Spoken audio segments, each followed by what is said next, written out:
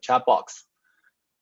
Before we start, I just want to briefly talk about, why I organized this open session about molecular orbital theories.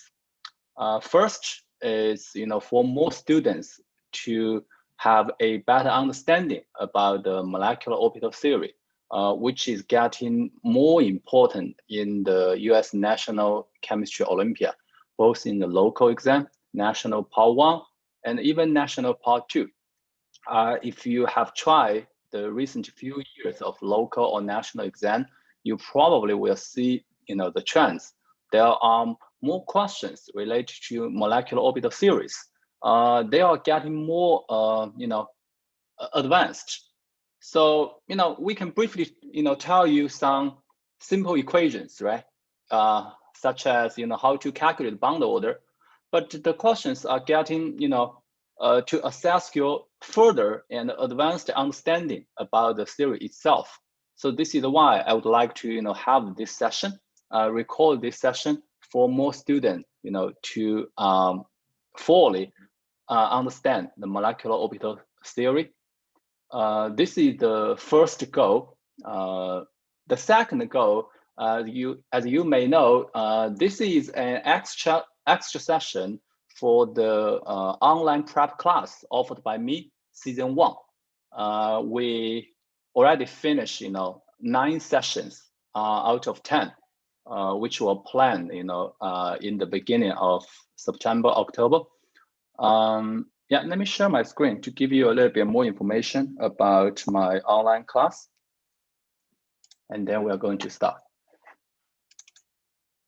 Yeah, I saw more students are coming. This is actually surprising. I didn't know, there are so many people, who are closely, watching my Discord server and my website. So this is my website. It's called focho.us. There are some, I think, helpful resources here. So if you guys, didn't know this website before, you can, remember or write down the domain name of the website, and later you can, have a look to see whether you can find something useful for you. So basically, I'm talking about the online prep season 1. We pretty much finished everything. Season 1 is about the structures and properties of matter. We have 10 live sessions. We have 3 problem sets. We have 1 seasonal test. So the seasonal test is already provided to the students. So I'm waiting for the submission, the feedback. So this Sunday, 2 days later, we are going to have our final, live session to discuss all of the questions they have, and also the 3 problem sets and the seasonal test. So this is season 1. We are going to have a season 2. Season 2 will start from December the 6th and end at mid of February. So it will also include 10 sessions, 10 live sessions, 3 problem sets, and 1 final test. As you can see, the contents is mainly related to how to summarize this. It's mainly related to, I think, it's the chemical reactions and the principles of reactions, such as thermodynamics, kinetics, equilibrium, and redox. If we have time, we probably will have 1 lab session to include the most common assessed, fundamental organic chemistry. Yeah, so this is the general plan. So if you are interested, in registering the season 2 class with me, so get more information from the website, which is focho.us. There will be the registration link below, so you can find it by yourself. Okay, any questions so far? If no, I'm going to start the class today, molecular orbital theories. In case some of you didn't get the lecture notes, I will put the lecture notes in the chat box. If you are convenient, feel free to print it you can print it right now, because I think it would be very useful if you can take notes during the session. Okay, I'm assuming no further questions. Yeah, as I mentioned before, I'm recording this session, so feel free to turn off your video, but feel free to ask questions at any time, okay? Okay, great. Yeah, check the chat box to get the lecture notes. This lecture notes is also part of the lecture notes series of my season 1 class, which is about the structures and the properties of matter, starting from atomic structure, molecular structure, intermolecular forces, different phases, phase changes, yeah, and so on. Okay, great. I believe we are now going to have more students come in. Yeah, let's start. Okay, before we start, I want to give you 2 questions about why we need to introduce this new theory. The first one is about why oxygen gas is paramagnetic. You probably know paramagnetic means it has unpaired electrons. But if you draw the Lewis structure of O2, you can easily and quickly find O2 is like this. Obviously, there's no unpaired electrons, right? So obviously, O2 is paramagnetic is the experimental results. And Lewis structure is a theory. The theory is used to explain the fact, right? The experimental results. So if the theory cannot explain, which means we need to update, we need to revise the theory, we need to have the new theory. So this is why molecular orbital theory was raised. This is the first example. Another example is also common assessed in the recent years of US NCO about the bond order of nitrogen monoxide. It is well known to be 2.5, right? But since NO is a odd number electron species, right? Which means not all of the electrons can be paired. There is at least one single electron, one unpaired electron. Obviously, the species with unpaired electrons cannot be really explained by Lewis structure, by valence bond theory, by hybridization, all of those previous theories, because they are all based on electrons need to be paired. So those are the 2 introductory questions for you to think. And I hope after we finish the session today, we can be very confident to answer the 2 questions. By the way, we probably need to take around 90 minutes to finish the session today. Just give you a sense, maybe a little bit longer. I think it definitely will be less than 2 hours. Okay, molecular orbital theory is slightly different from the VB, the Lewis structure, because it is based on all of the orbitals are analyzed among the whole molecule. So it is called a linear combination of atomic orbitals, LCAO. What this? Let me show you an example. So let's take hydrogen gas, for example. If we use Lewis structure, we use the dots, to show 2 single electrons are paired and make the single covalent bond between these 2 hydrogens. Easy to understand, right? But molecular orbital theory want to combine the atomic orbitals from the left hydrogen and the right hydrogen. And we know atomic orbital is a wave function. So if we use a way to show this is the wave function of the left hydrogen, and this is the wave function of the right hydrogen. So when we try to combine these 2 atomic orbitals, we have different ways to combine them. The first one is called constructive interference. Basically, if we overlap in this way, they have a phase match. So the results will be like this. So the amplitude will be higher, but the shape is pretty much the same.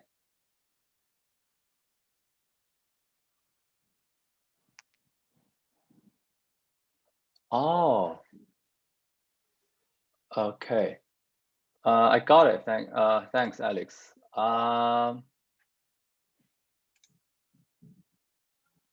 Let me try. There is some issue with the. I think probably it's fine. Probably there's no one, really is watching the YouTube live stream, so it should be okay. So let's just continue. Let's just continue. I apologize. Thank you, Alex.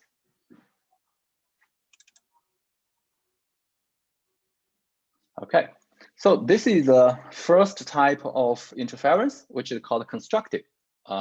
This is a kind of you can say is a positive interference. The second one is their phases are mismatched. So like this. So as you can see, the amplitude is kind of canceled in different places. So you got a decreased, amplitude, right? Or even a zero amplitude if they are perfectly, mismatched, right? So yeah, basically here, this is called destructive interference. So let me make this slightly larger. So if this is one of the wave function, this is another wave function. If they overlap in this way, so the wave function will be like this. This will be one of the molecular orbital theory, which is called bonding molecular orbital. Bonding molecular orbital. So what can we see? What can we conclude based on this type of overlap? As you can see, when the waves interfere constructively, the amplitude increases when they overlap, right? And what does it mean? An increased amplitude in the internuclear region basically is between this area,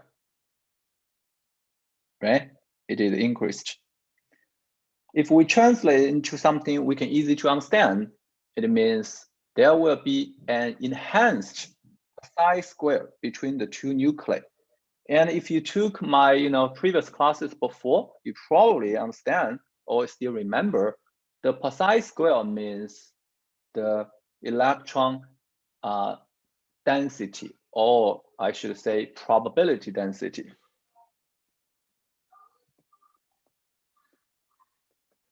Basically, it means how easy or how easy you can find the electron in a certain dots or certain point in the three-dimensional world. So basically, the psi square is proportional to the probability density. So this means with this bonding molecular orbital, there will be a higher electron density in between the two nuclei. And as we introduced before, based on the VB method, the electrons, the shared electrons, is just working like the glue to put the two positive nuclei stick together, because both of the two nuclei are positive. They are going to repel with each other. So right now, with a higher chance of electron in the middle of the two nuclei, so this is how the two nuclei are attracted together, right? So this is why it's called bonding molecular orbital, which is shown here. And in the right side, after you put these two wave function together, the natural result is like this, which means there is a node in between the two nuclei, right? And the node means, there is no electron, or there's no chance to find the electron in between, right? This is really bad. This is not good for the bonding at all, because now there's no glue in between the two positive nuclei. So this is why it is called anti-bonding molecular orbital. And you can compare the relative energy of the bonding MO, the anti-bonding MO, and the original atomic orbital, we got a energy diagram like this. Think about, does this make sense to you or not? So the answer is here. Any electron that occupies a bonding MO will be attracted to both nuclei and therefore will be lower in energy or more stable compared to an atomic orbital associated with a single nucleus, right? So an easy way, if you don't want to make it so complicated for the molecular orbital diagram, is like this. AO, atomic orbital, AO, atomic orbital, one single electron, and then one below, one above, which means this one is the one with the lower energy is called bonding MO. This one is the one with higher energy, which is called anti-bonding MO. For the new students, can you see the previous shared lecture notes in the chat box? If you cannot access, let me know, okay? There is supposed to be a PDF document in the chat box. Okay, any questions so far? Yeah, feel free to unmute yourself and ask the question directly or type your question in the chat box, okay? Although I do not ask you to turn your camera on, but feel free to jump in. So when the wave function interfere destructively, the amplitude decreases where they overlap. And obviously, a decreased amplitude in the internuclear region translates to a diminished probability density, which is proportional to the precise square between the two nuclei, and there will be a node, right, between the two nuclei, if you still remember what is a node. And obviously, the electron in the anti-bonding orbital would be essentially excluded from the internuclear region and thus have a higher energy than if in an atomic orbital. So I think this is the most fundamental idea of the molecular orbital theory. So with the concept of bonding MO and anti-bonding MO in mind, we can further introduce you how to calculate the bond order by using the molecular orbital theory. So the idea is the number of electrons in the bonding orbitals minus the number of electrons in the anti-bonding orbitals, and then divided by 2, because 2 electrons, 2 net bonding electrons means 1 bond, right? 2 electrons, 1 bond. This is still the same with the Lewis structure idea, right? Okay, so I think I can give you about 30 seconds for you to calculate the bond order of helium-2 and helium-2 plus. You can use this diagram, to show the molecular orbital diagrams of these 2, species. And we already put the hydrogen's MO here, 2 single electron, and then according to the lowest energy principle, these 2 electrons will be put in the bonding molecular orbital, and the anti-bonding, which is called the star, the sigma 1s star, is empty. So the bond order equals to 2 minus 0 divided by 2 equals to 1, pretty straightforward, right? One more thing.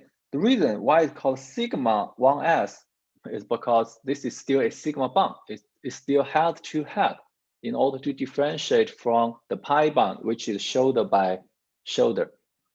So I'm assuming you guys already have the background of hybridization VB theory low structures. If you don't have, you can do some study first and then watch the video again. Since I'm going to share with you the link, and I will also put the link of the recording in the Discord server and in my website later after this session.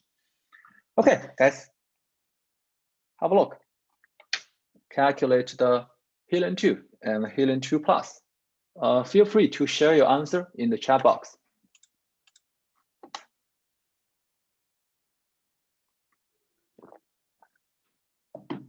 Thank you, Master. Feel free, to share with everyone, okay? And then we'll, I don't have to repeat your answer.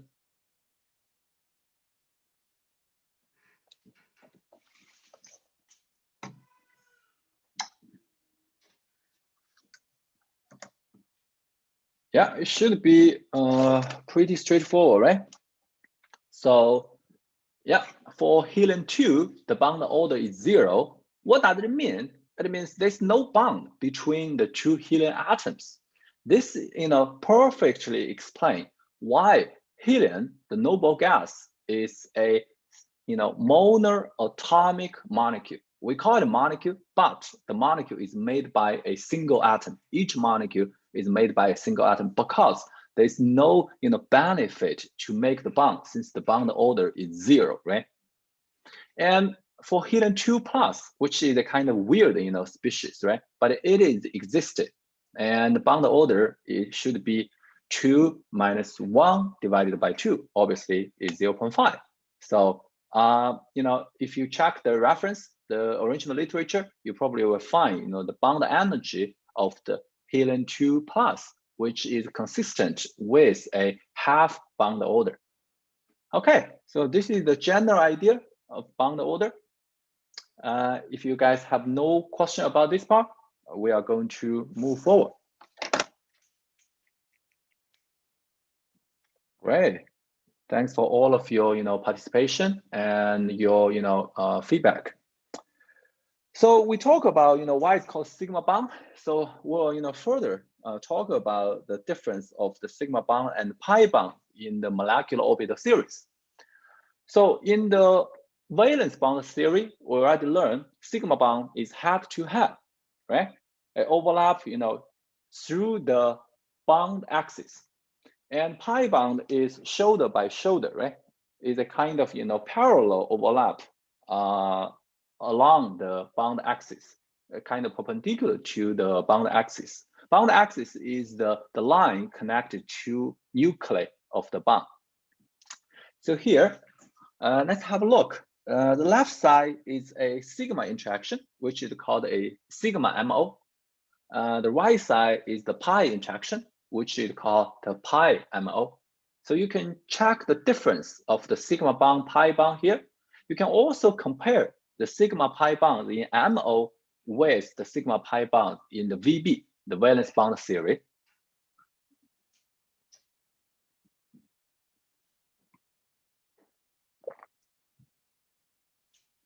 Oh, I referred several different textbooks.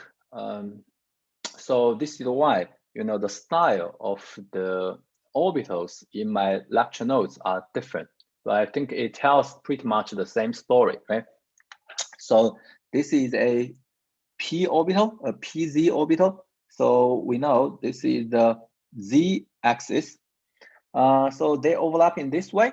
If they, overlap or interference constructively, they will get a result like this, which is the bonding sigma MO, right? As you can see, there is a higher chance to find electrons in between the two nuclei. And the top part with a higher energy is a, overlap, destructively. So as you can see, first, there is a node in between the two nuclei, which means there is a 0 chance to find electrons here. The two nuclei are here and here, right? So this is why its energy is high. So in order to differentiate, we use sigma and sigma star. The sigma means they are still, head-to-head overlap. Star means it's anti-bonding. In the right side, the two PZ, now we're changing to PX and PY.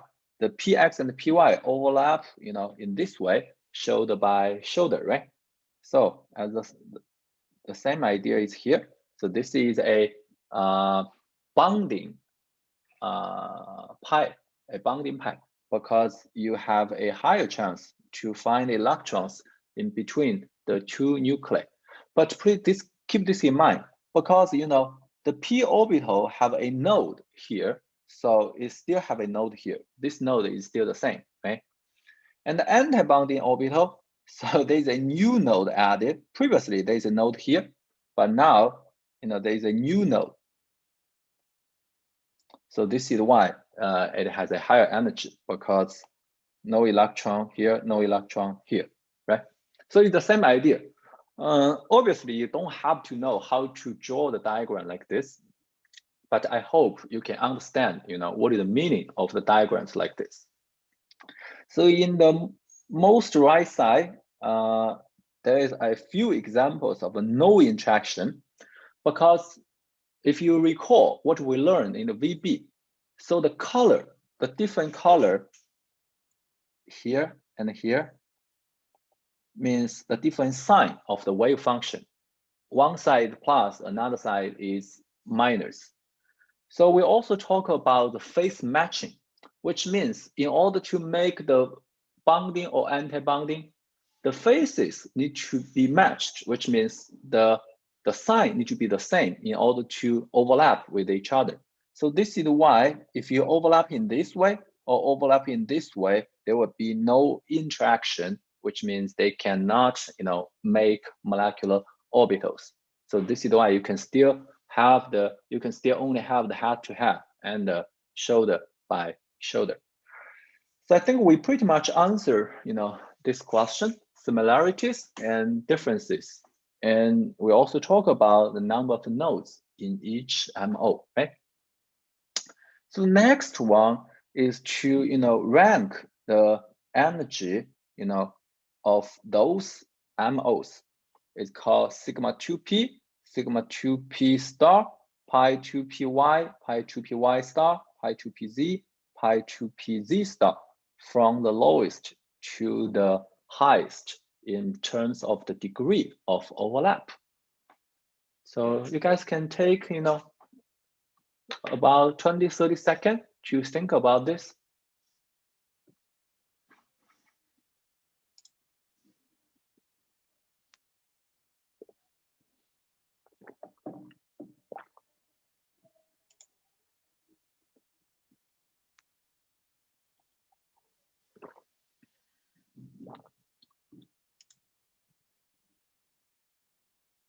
Yeah, probably it's hard for you to share your answer here, since there are so many symbols, right? So I will put an idea here, and you guys can let me know whether you agree with me or disagree.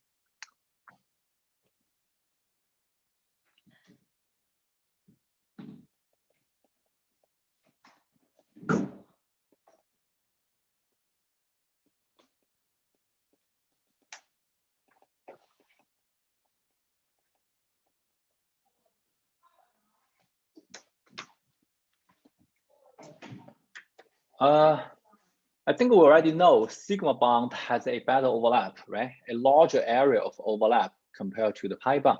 So it applies, to the MO as well, because the idea is the same, right? Head to head has a larger overlap compared to shoulder by shoulder, based on the shape of the p orbital, right? So this is why we can still conclude the sigma bond is still stronger or is lower in energy than the pi bond, right? And pi 2py and pi 2pz are degenerated, which means they should have the same energy, right? Because they have the same style of overlapping, just in a different direction.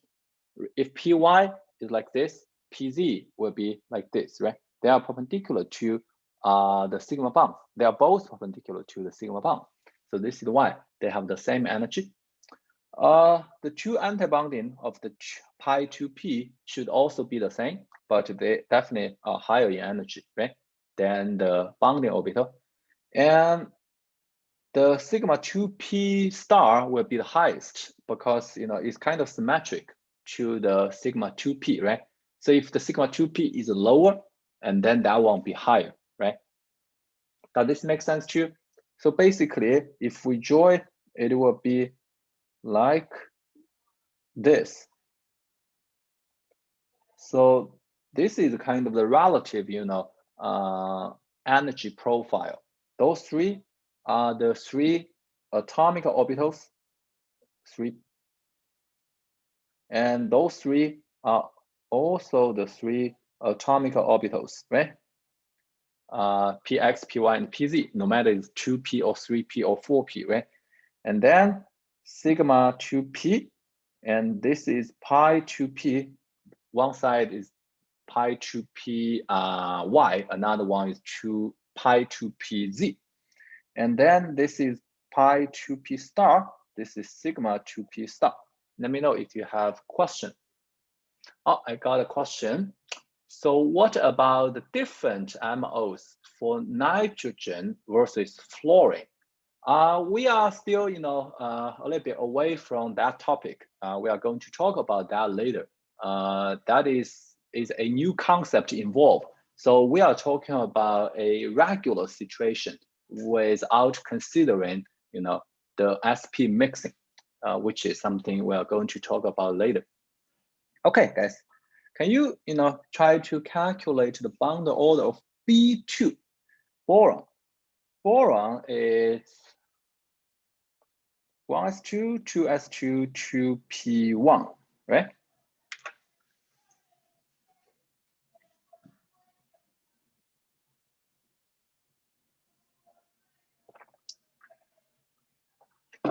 Let's start from the 1s2. 1s2 is like this, right? But the 1s2 is full fill. So as you can see, both the bonding orbital and antibonding orbital are full fill.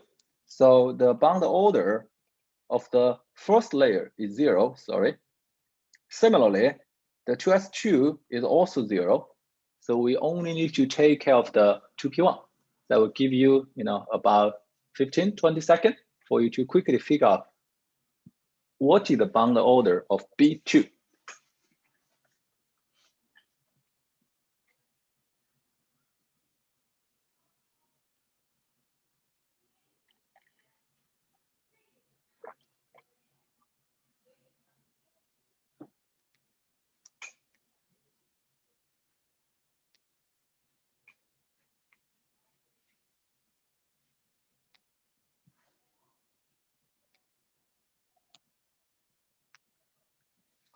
Okay, any answer from you guys? What is the bond order of B2?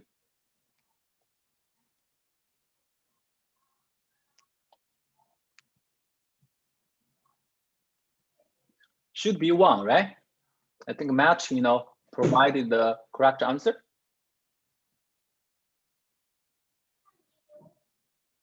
Right? Because there's only one electron in the 2p, sorry, in the 2p orbital. So obviously they need to be put here. Okay, let me know if you have any question. So we are going to, give you a brief summary about the MO theory. The first one is rule number 1. The number of molecular orbitals equals to the number of the atomic orbitals involved. So because the name is called linear combination of atomic orbitals, which means how many in, how many out, right? The number is conserved. Rule number 2, if the atomic orbitals are degenerate, which means they have the same energy, like the 2py and the 2pz, the greater the degree of the overlap, the stronger the bonding and antibonding. When we say the stronger of the antibonding means the antibonding is even higher in energy, okay? So basically, this is still, consistent with what we learned in the VB method, right? The degree of the overlap is proportional to the bond strength. Basically, you can say there will be a larger energy gap in between the bonding and the anti-bonding, right? Yeah, which is here. So if there is a large overlap, there will be a larger, gap in between the bonding and anti-bonding. If there is a small overlap, there will be a, smaller, right? So here I leave the bond strength in the halogens. Halogens are all diatomic molecules, right? So down the group, we know the orbitals are getting larger in size. The distance, between the two nuclei are also getting longer, right? So the overlap degree down the group is getting smaller. So this is why the bond strength is also getting smaller, right? But we discussed in the previous, sessions in season 1 before, talk about why the fluorine bond actually is smaller than the chlorine bond. This is an exception, right? So if you forgot, check this. So rule number 3, orbitals must have the same symmetry to have non-zero overlap. This is something we briefly talked about in the previous page, right? The symmetry matters. They need to have the same sign to overlap with each other.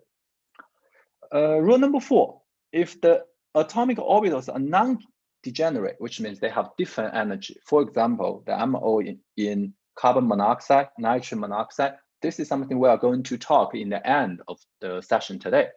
So their interaction is proportional to 1 over delta E. Delta E is the energy separation between the two AOs. So which can be perfectly demonstrated, in this diagram.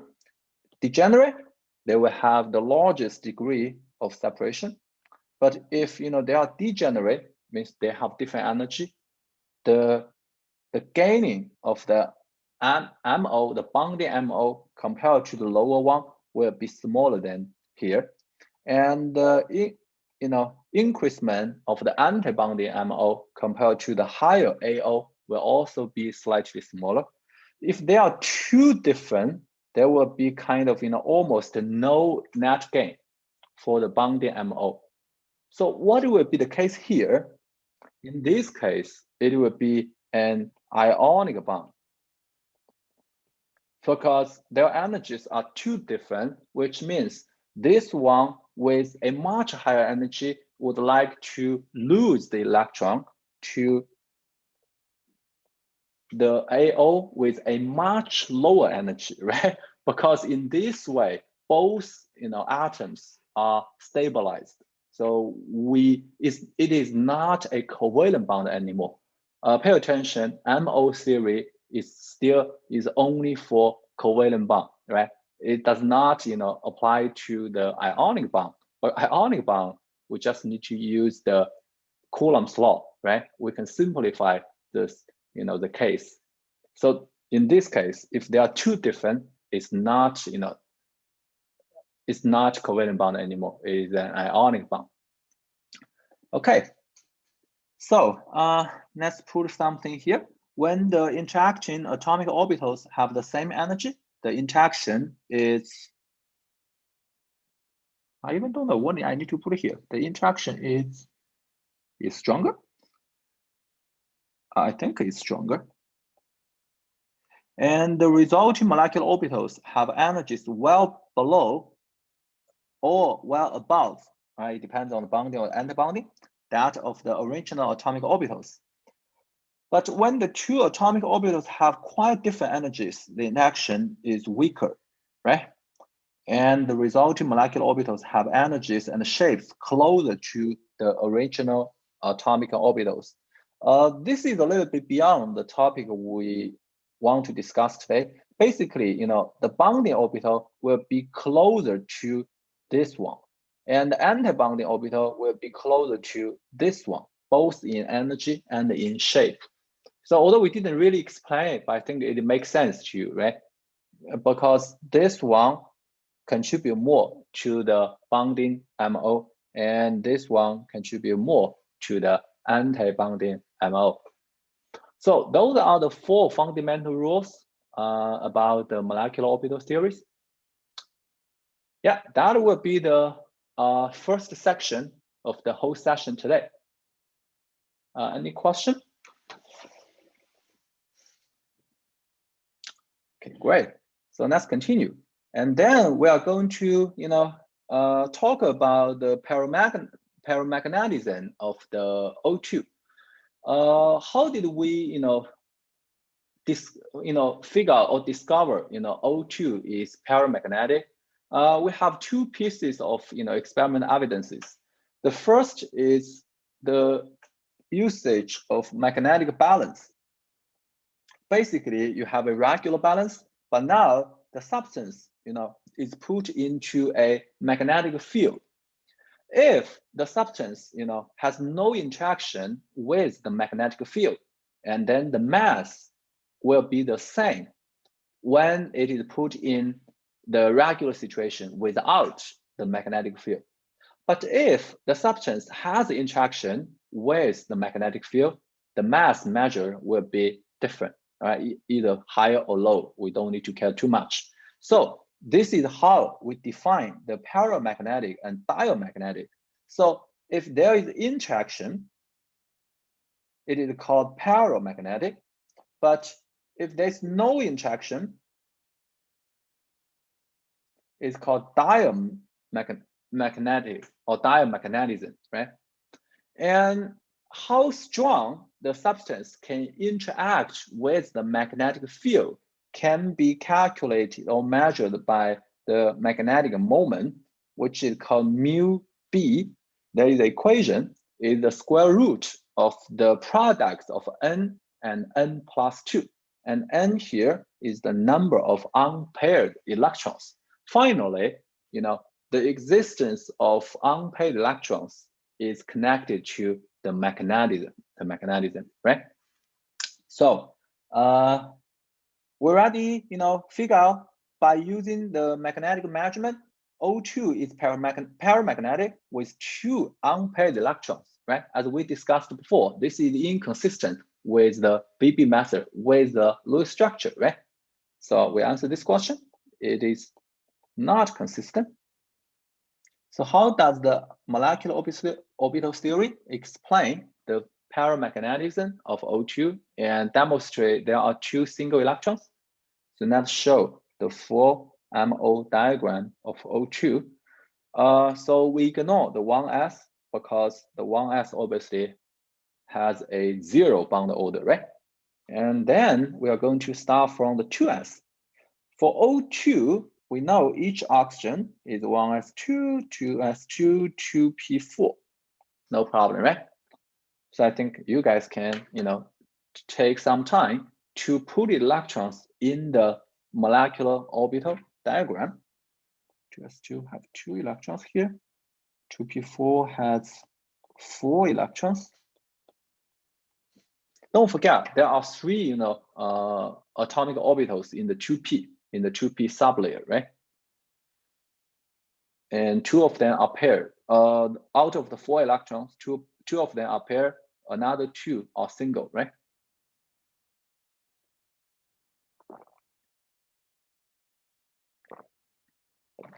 So what you need to do is to put the electrons in the atomic orbitals into the molecular orbitals.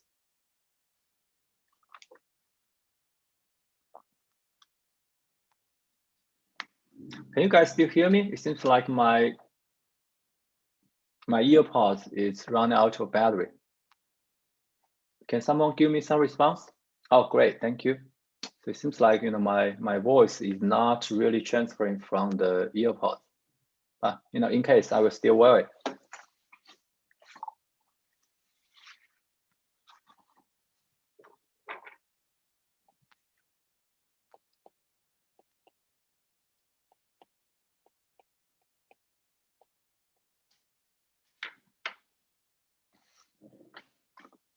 Do you guys agree with my drawing? I think later I can invite you guys to annotate on my screen. When we practice this with the students in my online prep, I think we had a lot of fun. It's pretty interesting to see different opinions and showed on my screen. Let me ask you a question. So the reason why these two electrons are not squeezed in one anti-molecular orbital is related to what? What is the keywords to explain there will be two unpaired electrons? Just give me one keyword.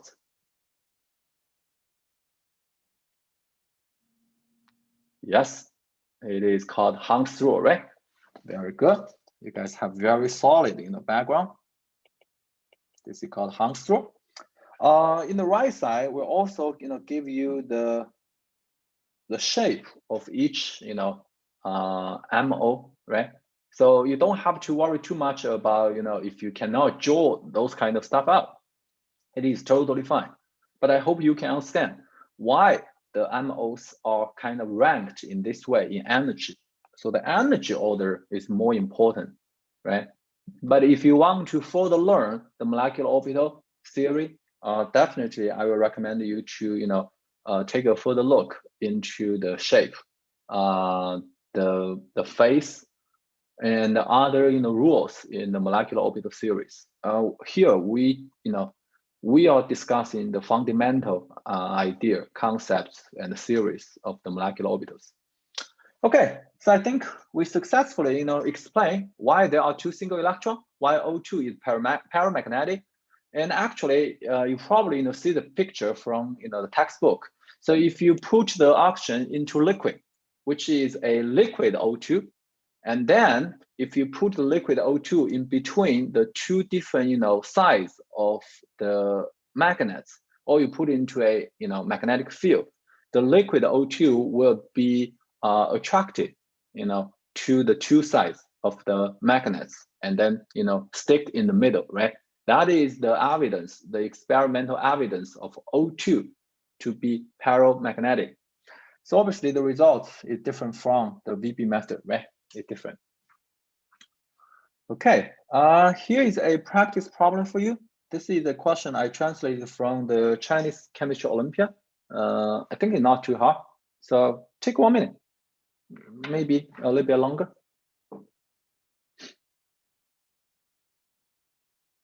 Oh, I should, leave the MO diagram.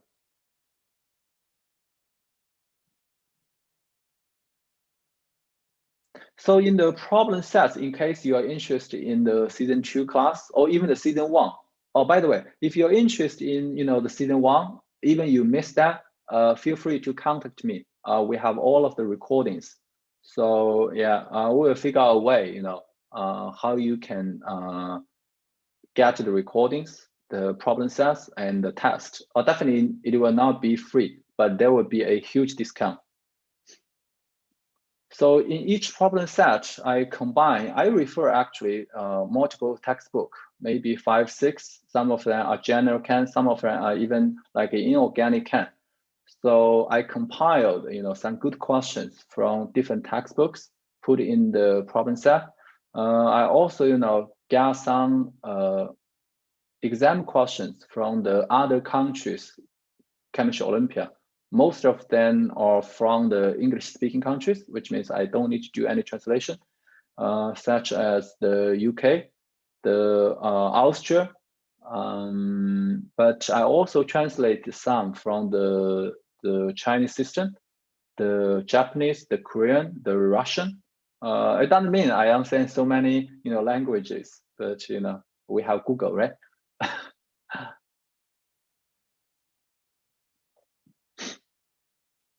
Oh, and also a few are from the ICHO. Don't be scared by the ICHO. In most of the years, I think ICHO is pretty, straightforward. I think the recent, USNCO National is getting, I cannot say harder than the ICHO, but in some perspective, they are comparable.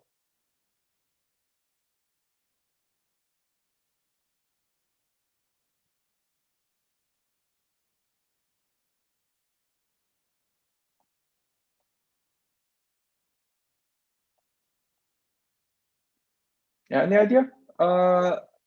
You guys can just annotate on my screen, right?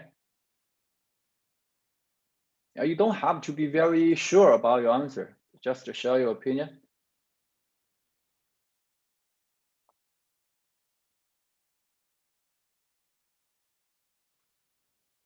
You guys know how to annotate, right? Great, thank you, Matt.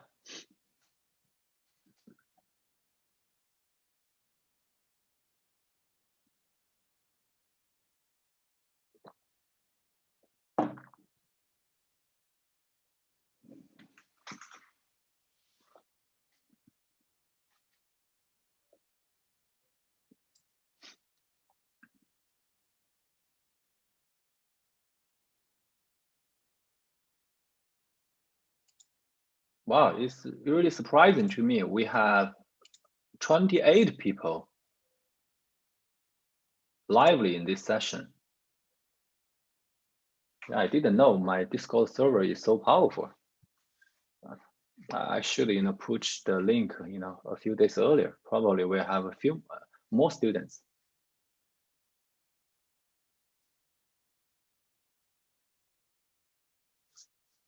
Yeah, go ahead. Go ahead. Matt or any other one if you like.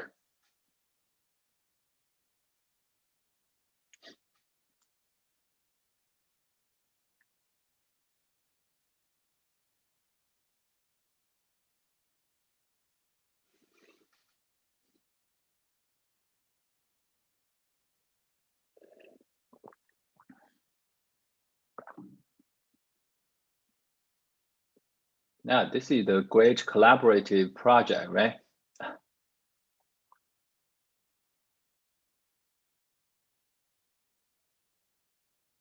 Cool. I see different colors. Okay, great. We have all of the, the blanks filled. Let me know if you disagree with the answers here.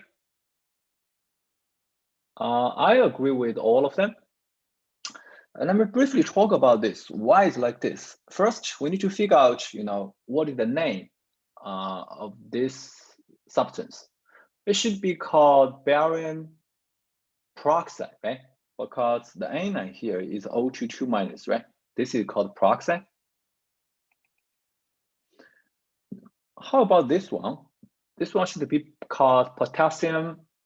It's O2-. It's called superoxide, which means the oxidation number of the oxygen here is even higher. It's less negative, right? Here is -1, here is -1/2, right? And here is +1/2, and here is 0, right? This is not related to the question here, but if you use the MO diagram, I think you can easily figure out if there is an anion based on O2, there will be more electrons in the anti-bonding orbital, which will decrease the bond order and increase the bond length. So the bond length can be something to show you the relative bond order, right? So this is why the O2 2- has a bond order of 1, because you need to put 2 more electrons here and here. So the bond order will be, let me count. This part is 0, so we can ignore this part. So we only need to care about this part is 6 - 4 divided by 2, which is 1, right? Which is 1. And then if it's O2-, there's 1 less electron in the antibonding. So it's 6 - 3 divided by 2. So this is why it's 1.5. O2 is 2, no problem. And then the O2 plus, right? Lose 1 electron on the basis of O2. So 6 - 1 divided by 2. So this is why it's 2.5. Yeah, I like this question, right? It's not hard, but it's pretty interesting, right? So this is why I did the translation. Not all of the questions in the CCHO are very good, but there are a few, which are pretty good. Okay. So I think we can have a summary. More electrons filled in the antibonding MO means a smaller or a lower bond order, which means a longer bond length, right?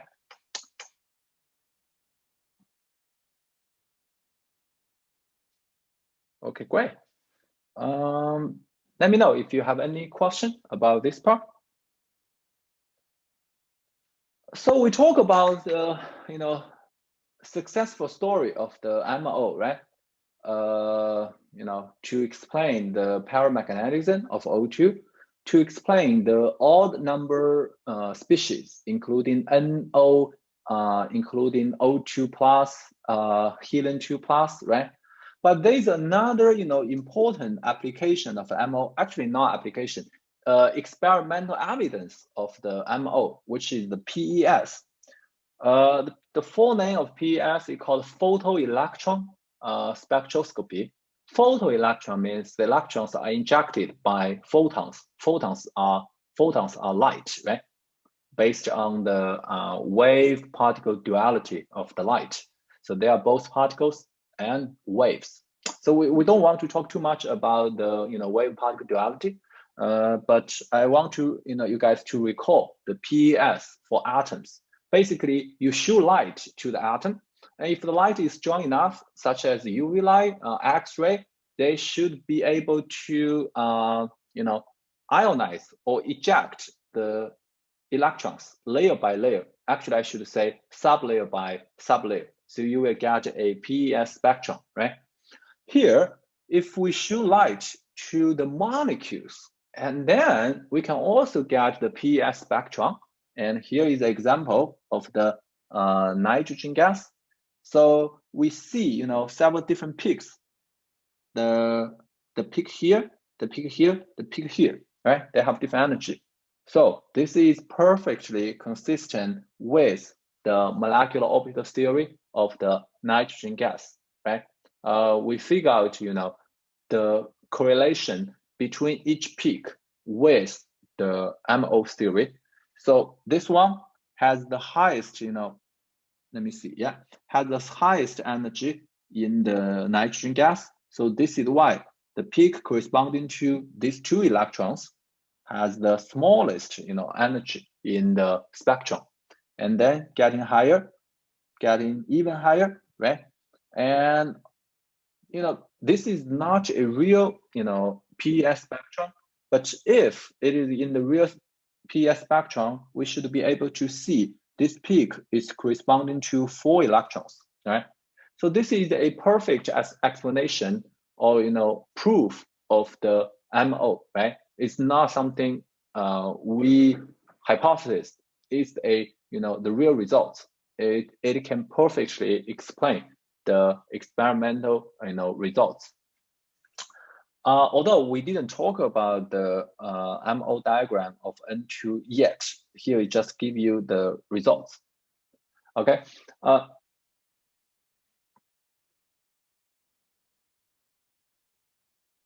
Okay, got a message from the chat box. Okay, next we are going to talk about the SP mixing, right? Matt asked a question in the beginning, so I think now it's time for us to answer that question. So, here is all of the diatomic molecules from lesson 2 to fluorine 2 in the second period. And you guys can have a look to see, how to answer this question. And you can also calculate the bond order of each of them. I will start. This is 1.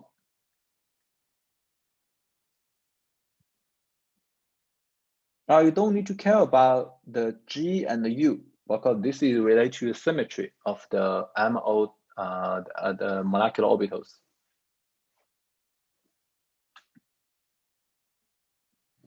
But you should be able to figure out, which one is the bonding, which one is the anti-bonding.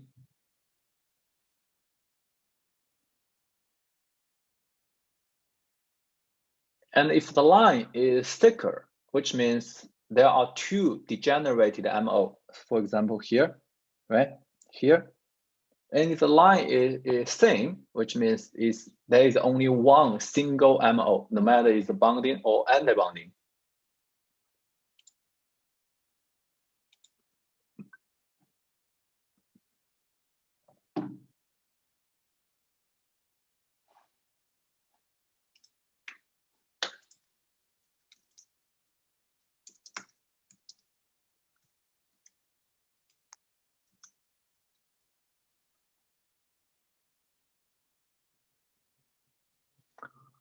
I think you probably, see two trends.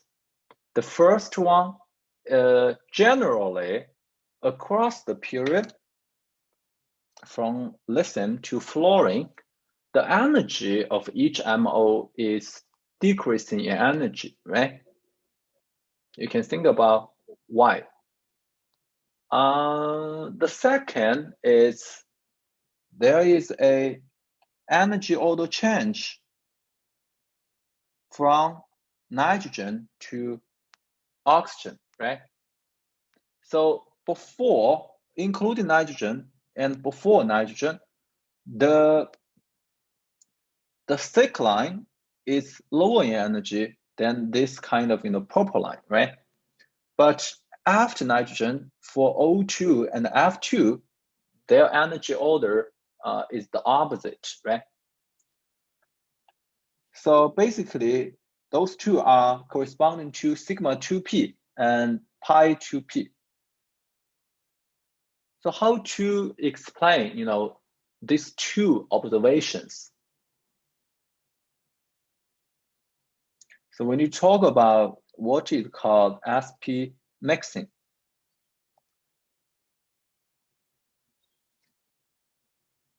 so if there is no SP mixing, let's say we don't know what is SP mixing, and we discussed before, the sigma is lower than the pi, and pi star is lower than the sigma star. This is the case we discussed, right? Which looks perfect, right? Symmetric, right? Higher, lower, lower, lower, right? 4 different, energy levels. This works for O2, F2, and neon 2, although neon 2 has a bond order of 0, right? But if it's, the diatomic molecules before oxygen, such as N2, C2, and others, there will be something called SP mixing. Basically, it means the 2SMO will interact with the 2PMO, and the results or the consequence of this kind of interaction will make the sigma star of the 2s slightly lower in energy. It will make the sigma 2p made by the 2p slightly higher in energy. And the further consequence is the energy order of these two groups will be changed. Previously, it's sigma lower than pi, but since this one is increased in energy, this one is decreased energy, so this sigma 2p kind of bump up to the higher place, which is higher than the pi 2p. So let's further talk about why it is called SP mixing and what caused the SP mixing. Now read this part.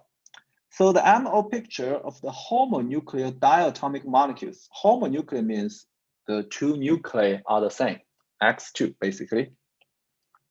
Diatomic, you guys know, right? Two atoms. Depends on the amount of SP mixing.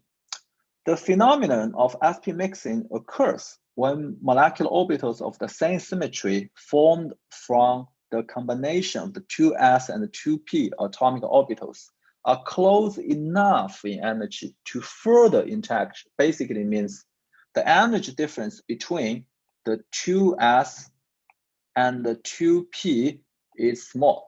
They are close in energy. The delta E, the delta energy, is small, which can lead to a change in the expected order of the orbital energies. We talk about this one will be, so basically you can, I think I will suggest you to interpret in this way. So you can say, when these two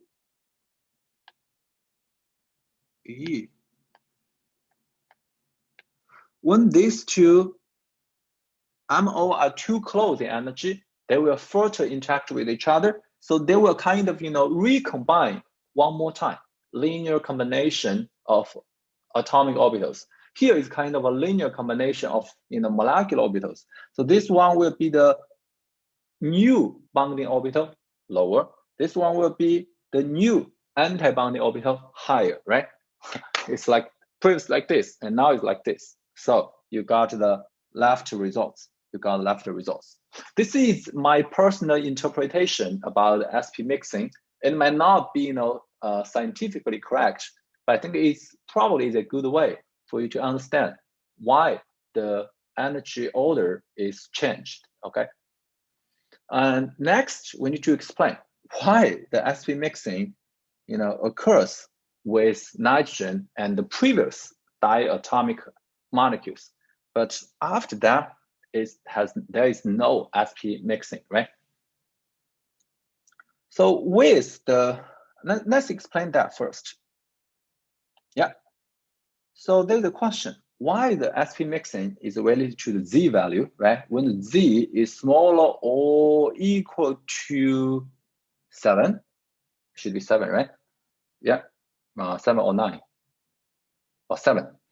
Basically nitrogen, there is SP mixing. But when Z is greater than 8, there is no SP mixing, right? Yeah, we need to have a look at the energy of the atomic orbitals. So this line is a 2s, this line is a 2p, 3s and 3p. As you can see, the gap, the energy gap between the 2s and 2p is increasing across the period, right? For fluorine and oxygen, is so big. And for nitrogen and the previous, it's getting smaller, right? So I think if we accept the results here, we can understand why SP mixing here, right? Why no SP mixing here, right? Oh, by the way, the SP mixing is I think is an application of rule number 4, right? Is a interaction of rule number 4, because yeah, the two AOs are degenerated. If you suppose, the MO are the AOs, right? So now there's only one question left. Why does the energy gap of 2s and 2p of the second period elements increases across the period? How to explain this? And you can see a similar trends, in the 3s and 3p, right? Although it's not so obvious, but you can still see the trend.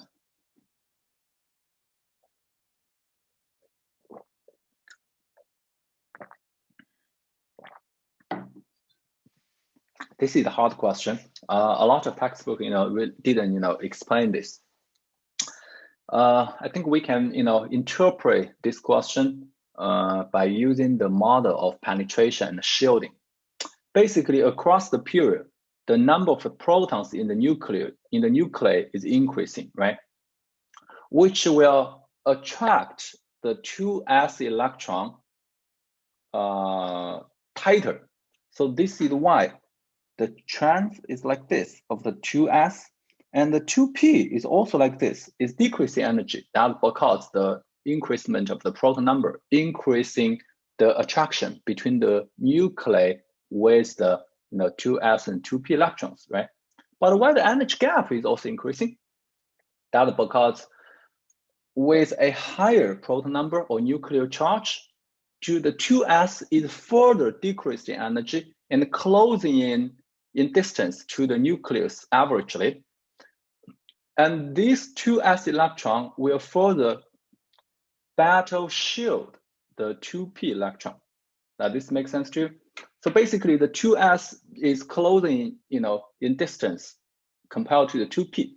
And the closer the 2s electrons are, and then the stronger, shielding effect is applied to the 2p electrons, because let's say 2s is here, 2p is here, nucleus is here, and then if this one is getting closer, and then the 2p electrons are battle shielded. So this is why, although the 2p is also decreasing energy, but the energy gap is increasing. Basically, you can say the 2s electron is the energy of the 2s electron is decreasing faster or more than the electron in the 2p sublayer. Does this make sense to you?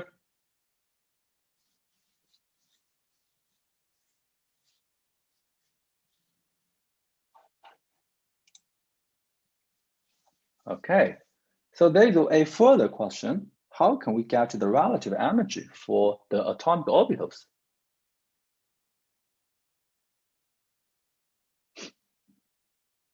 The simple answer is PES, right? Photoelectron spectroscopy, right? Because you can use photon to remove the electron sublayer by sublayer, and you can, record the energy of the electron in each sublayer. That means you can get the energy of 2s, 2p, 3s, and 3p, right? Okay, so I think we further understand the idea of SP mixing. Why does it occur, right? So now we are going to use the SP mixing to, explain the molecular orbital in nitrogen gas, right? So let's start from the 2p, because the 2s, for the 2s is still 0, right? It's full field. So now we have the pi 2p, which is the lowest, and then the sigma 2p, and then the pi 2p star, and then the sigma 2p star is still the highest. It's like this, right? With the SP mixing. And now we put electrons in. Nitrogen gas is 2s2, 2p3, right? Okay, so we need to put six electrons. Yeah, it's like this, right? It doesn't change anything. The bond order is still 3, right? If you draw the Lewis structure of nitrogen gas, the bond order is 3, right? But the SP mixing applies here because it can be explained by the PES. Yeah, which is here. The pi 2p is lower in energy than the sigma 2p, right? Okay, great. Any question about SP mixing?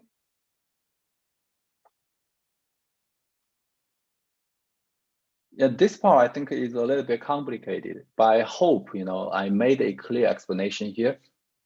SP mixing. Let's try one more question to practice the SP mixing, okay?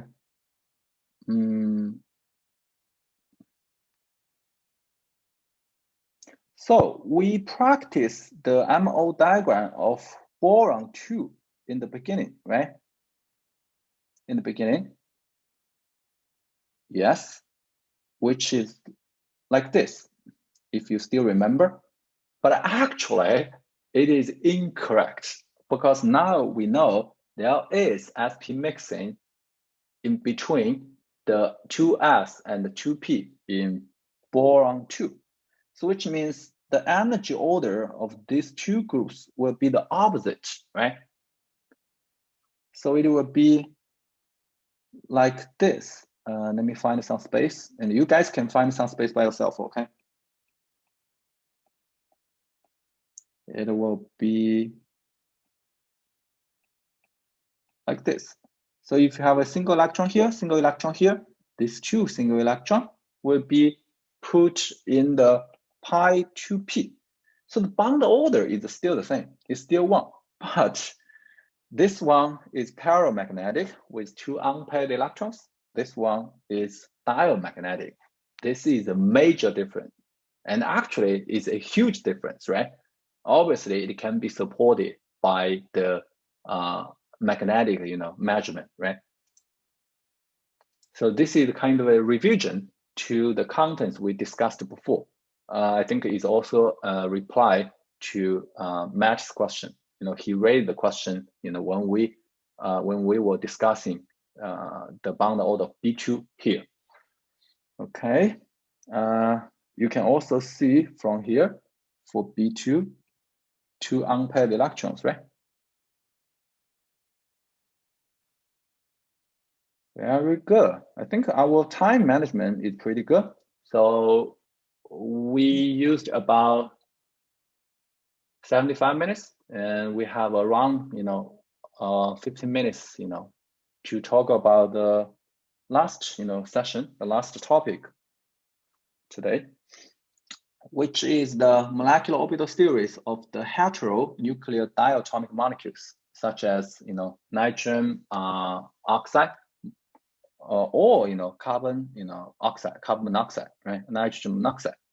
Let's have a look. So for heteronuclear diatomic molecules, there will be a question whether there is sp mixing or not, right? So first, the relative energy ordering is which one lower than which one? It depends on the Z value. This is still the same. If the Z is smaller than 8 for both atoms, which means is nitrogen or before nitrogen, obviously there will be sp mixing, no doubt, right? So the conclusion is the pi 2p will be smaller in energy or lower in energy than the sigma 2p.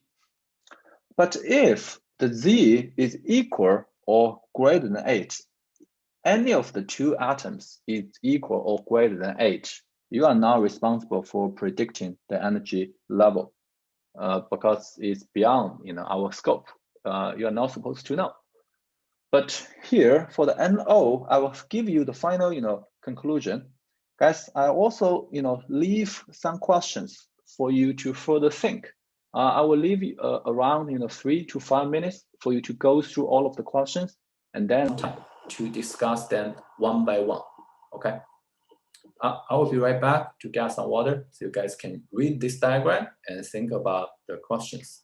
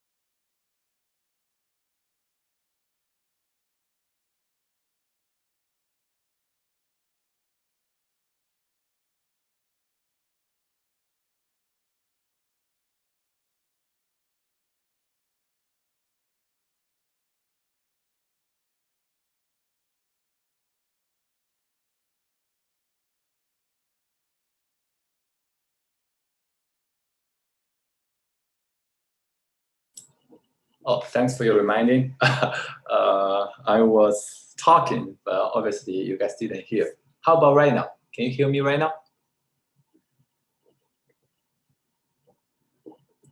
Great, thank you. Is there anyone who would like to share your idea about question number one, the first one? Predict the bond order of the NO based on the N2 and O2, and bond order of NO plus and CO respectively. So the bond order of NO was so commonly assessed in the recent year of US NCO, both in local and national, right? Part 1, part 2. Yeah, feel free, just unmute yourself and share your idea if you like.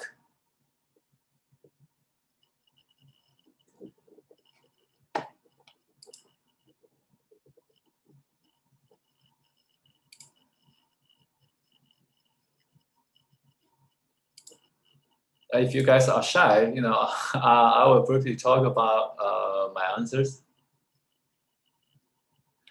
We already calculated, the bound order for N2 is 3. The bound order of O2 is 2, right? Basically, for O2, there are 2 electrons in the anti-bonding orbital, right? If you still remember the diagram. So NO is something in between the N2 and O2 because the total number of electrons is in between that of N2 and O2. So I think even without look at the molecular orbital diagram, we can conclude the bound order should be 2.5 because we already saw many examples of bound order to be not integers, right? Make sense? 2.5. Although we didn't draw the molecular orbital diagram yet, but I think we should be able to conclude it's 2.5. Actually, if you draw the Lewis structure of NO, you can also figure out it is supposed to 2.5. But a half bound is really hard to be explained by using the Lewis structure or the VB theory, because both of these two methods are based on electrons are paired, right? Pairing electrons makes bond. So this is something we can understand, but it's not really a perfect solution. So molecular orbital theory definitely is a better idea. We are going to talk about that later. How about NO plus? What's your idea, guys? Give me an answer. If you don't want to to talk, just type your answer here. Bound order for NO plus. Yeah, it should be 3, right? Because it is the isoelectronic species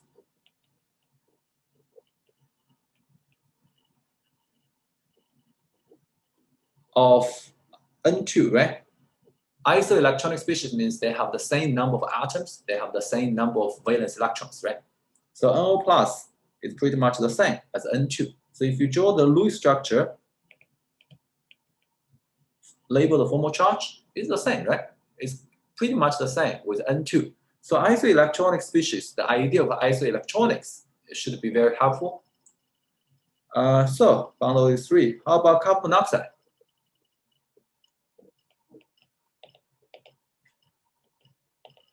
If you draw the Lewis structure, it's also 3, right? But if you use the idea of molecular orbital theory, it should also be 3 because it is also isoelectronic to NO plus and N2, right? Make sense?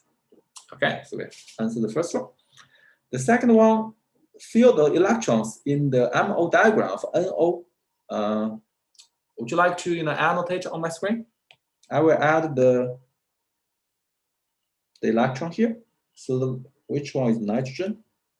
Well, we need to figure out which one is nitrogen, which one is oxygen, right? What's your idea? The left side is nitrogen or oxygen, based on your understanding about the relative energy. Let's say the left side is nitrogen atom or oxygen atom.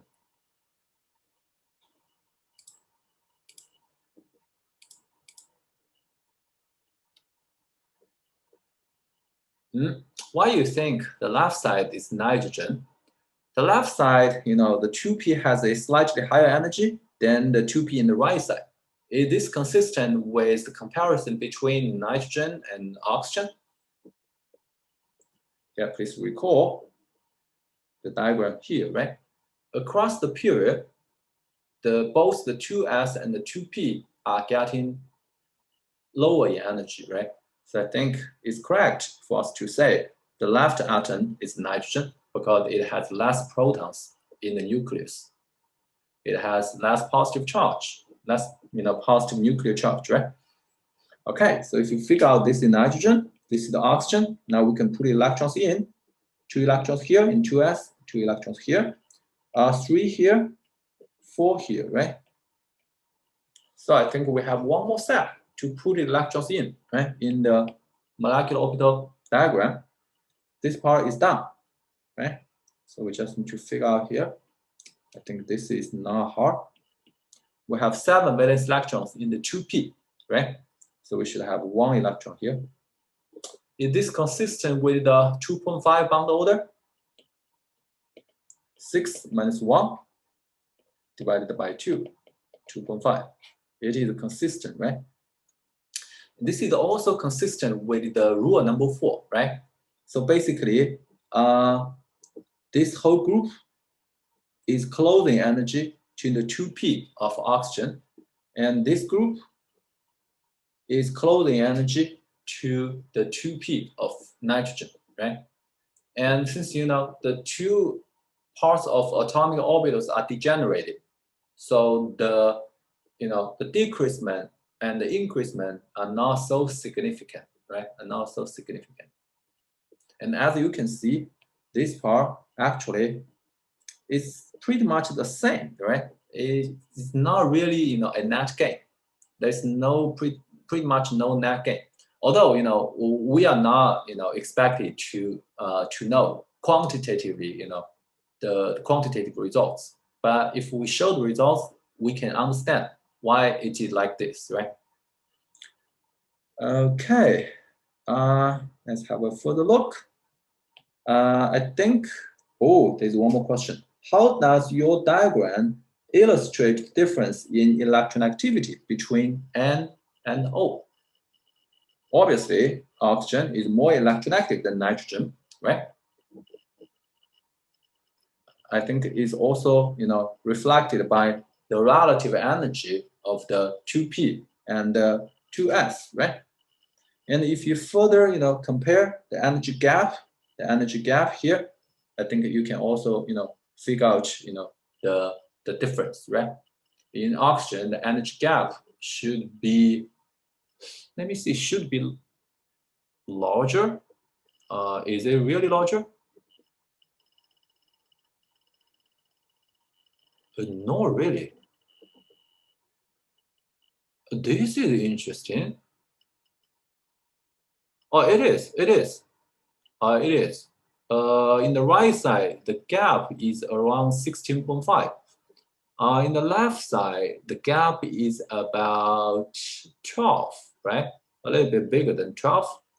But obviously, the diagram is not in scale, right?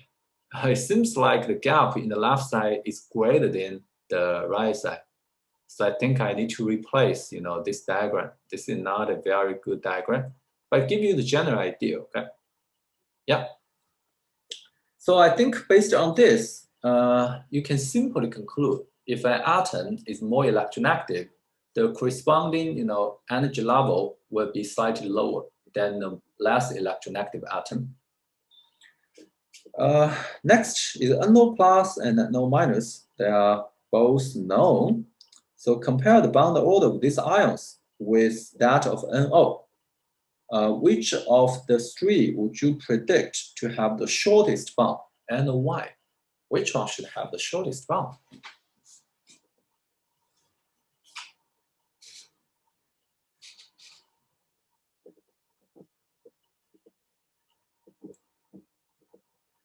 Should be NO plus, right? NO plus is isoelectronic to N2, has a bond order of 3. NO has a bond of 2.5. How about NO minus, guys? NO minus should have a bond order of 2, right? A bond order of 2. Make sense? Okay, so we can say the bond length should be NO minus longer than NO, longer than NO plus, right? Finally, why NO is a free radical with high reactivity. Why NO is a free radical with high reactivity.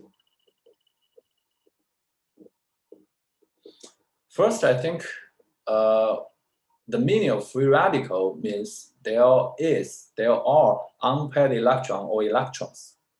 And the reason why it's called free radical, it means it's very reactive. So this is why NO is easy to dimerize, because when it's dimerized, the two NO molecules bind together, there will be no unpaired electrons anymore.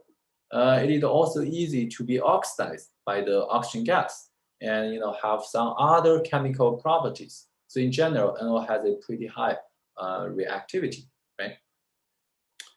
I think you guys can try to figure out what is the MO diagram of carbon monoxide, HF by yourself. Okay, I'm not going to discuss this, in the session today. So feel free to, figure those out and check the answers, by Googling the diagram. I think it should be very easy to find out the answer by yourself. So I think this is pretty much the end. So let's try to practice problems at the end of the class today. Okay. Let's work on the left one first. The left one is from the local exam 2020. The right one is from the national exam 2020 part 1. So we have a polling here. Oh, guys, you can have a look. I need to work on this.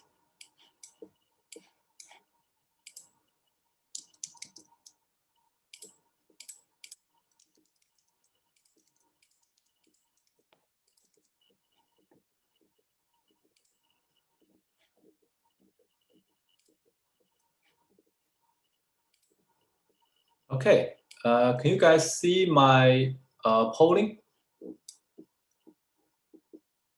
We are working on the left question, okay? The local exam question.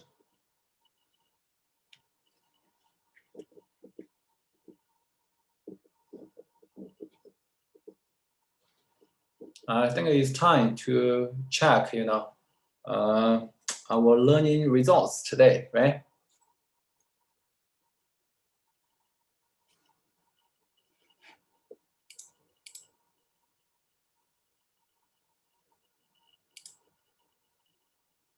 This is pretty interesting. I think we have definitely more than 14 students, but it shows, there are only 14 students here. Okay, anyway. Yeah, let's have about 15 more seconds to wait a few more people to answer. If you finish, you can work on the right question, okay?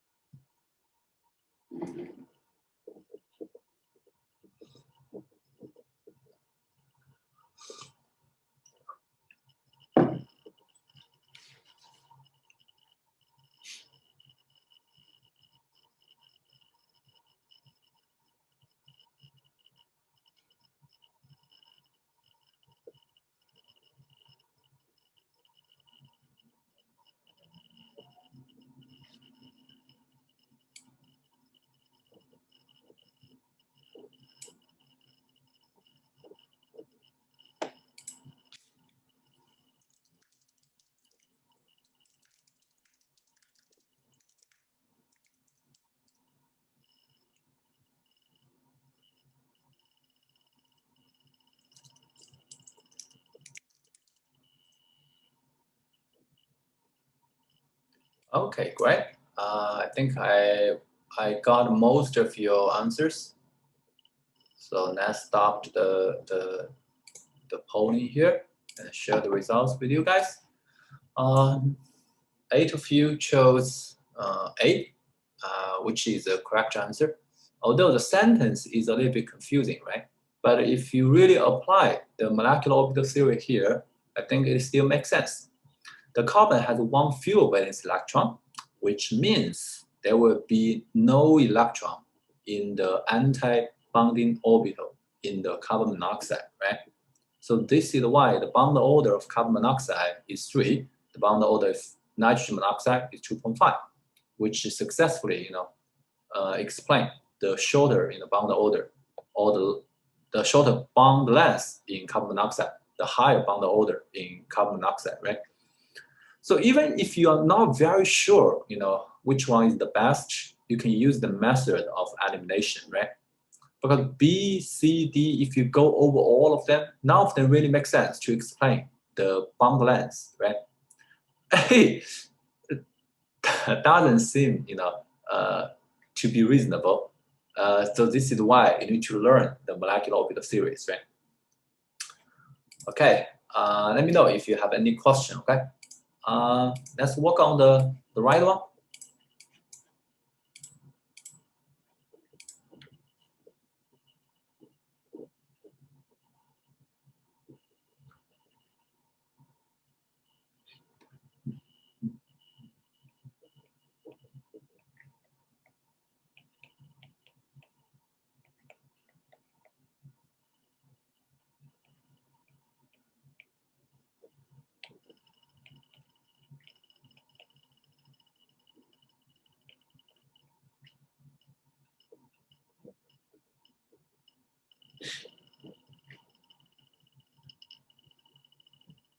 Yeah, I got a lot of answers.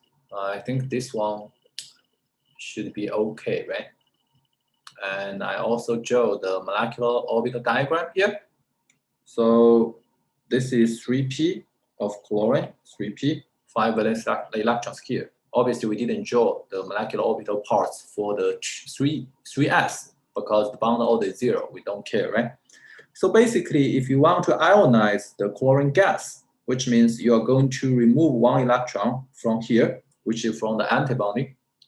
But if you want to, ionize, remove 1 electron from the chlorine atom, you are going to remove 1 electron from here, right? Obviously, the energy here is higher than the energy here. So this is why the chlorine gas has a lower ionization energy than that of the chlorine atom, right? So the correct answer is C, So yeah, that's pretty much, the session today. I would recommend you to further try one more question, which I think is a pretty good one. It's from the ACS National Part 2. Let me see, which year? 2019, Part 2. Let me have a look. Hey, Part 2. Hey.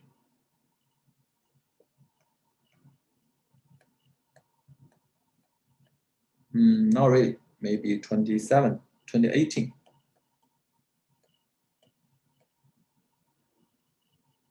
It is. Guys, you can try question number 7 of National 2018. Keep the molecular orbital theory in mind when you explain the question. Although the question didn't say anything about molecular orbital theory. So this is why I said in the beginning, the molecular orbital theory, the application of the molecular orbital theory is getting critically important in the recent USNCO, right? Sometimes if you didn't really learn it, you cannot connect the question to the molecular orbital theories. So try this question, number 7, 2018 National. Okay, great, guys. I really appreciate your participation. Actually, your active participation in the session tonight. If you have any question about the online prep class with me, season 2, or the recording of season 1, either send me email. If you want to take a few more minutes to discuss with me right now, you can stay online. And if you don't have questions or you already registered to season 2, feel free to leave. I think we have pretty good time management today. We finished the contents. yeah, if you have any question, just stay here. We'll have a few more minutes for further discussions. Otherwise, yeah, that's it. Thank you. Thank you. Thank you, everybody.